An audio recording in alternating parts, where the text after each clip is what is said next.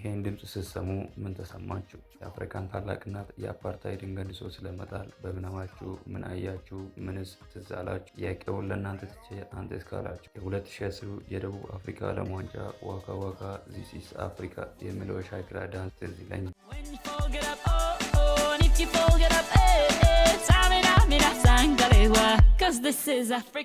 ደቡብ አፍሪካ በ1994 ከአፓርታይድ ነጻ ወጣ። በአፓርታይድም ስርዓት ብዙ ዘመናትን ተሰቃየታል። ከአፓርታይድም ለመውጣት የአንድ ሰው ከእስር መውጣት ይጠብቃል። ኔልሰን ማንዴላ የደቡብ አፍሪካ የሰላም አባት እና የኖቤል አሸናፊ። የአፓርታይድ ስርዓት ማፍረስ የአንድ ሰው ብቻ ሳይሆን ብዙ ሰዎችና ድርጅቶች ትግል የተገኘ ውጤት ነው። በ1990 ከእስር ወጡ።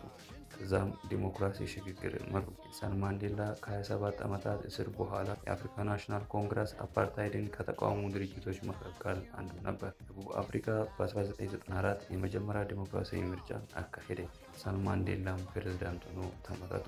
ይህም የአፓርታይድ ዘመን መጨረሻ እንደሆነ ይታመናል። በነጭና በጥቁር መካከል ጥላቻ ከተመ። በመዋደድና በመፋቀር አንድ ሆኑ።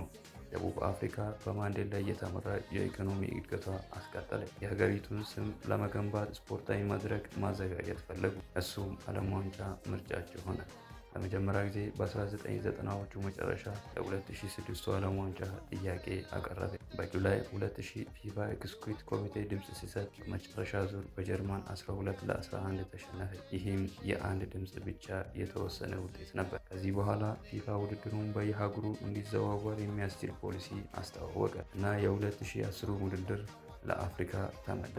በዚህ ጊዜ ደቡብ አፍሪካ ከሞሮኮና ከግብጽ ጋር ተወዳድራ 2004 የ2010 ዓለም ዋንጫ እንድታዘጋጅ ተመረጠ። ኔልሰን ማንዴላም በ2004 የ2010 ዓለም ዋንጫ ማስተናገዳቸውን ሲያውቁ አይ ፊል ላይክ ኤ ያንግ ማን ኦፍ 50 ብሎ ደስታቸውን ገልጸው ነበር። ደቡብ አፍሪካ የ2010 ዓለም ዋንጫ ለማዘጋጀት በታሪክ ከፍተኛ የሆነ መሰረተ ልማት ፕሮጀክቶችን አከናወነ። አዳዲስ ስታዲየሞችም ተገነቡ፣ ነባሮችም ታደሱ። መንገዶች፣ የአየር ማረፊያና የህዝብ መጓጓዣ ስርዓቶችም ተሻሻሉ። ለውድድሩም 6 ስታዲየሞች ተዘጋጁ።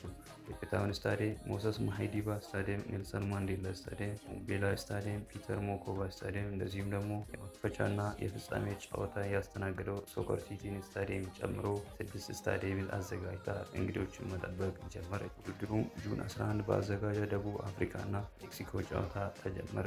የዓለም ዋንጫ ትዕይንቶችም ቀጠሉ። ሉዊስ ሱዋሬዝ አፍሪካን ከግማሽ ፍጻሜ አስቀርቶ በጁላይ 11 ለፍጻሜ ደረሰ። በፍጻሜም ስፔን ኔዘርላንድን በኢኔስታ አማካኝነት ጎል አስቆጥራ ለመጀመሪያ ጊዜ ዓለም ዋንጫን አነሳች።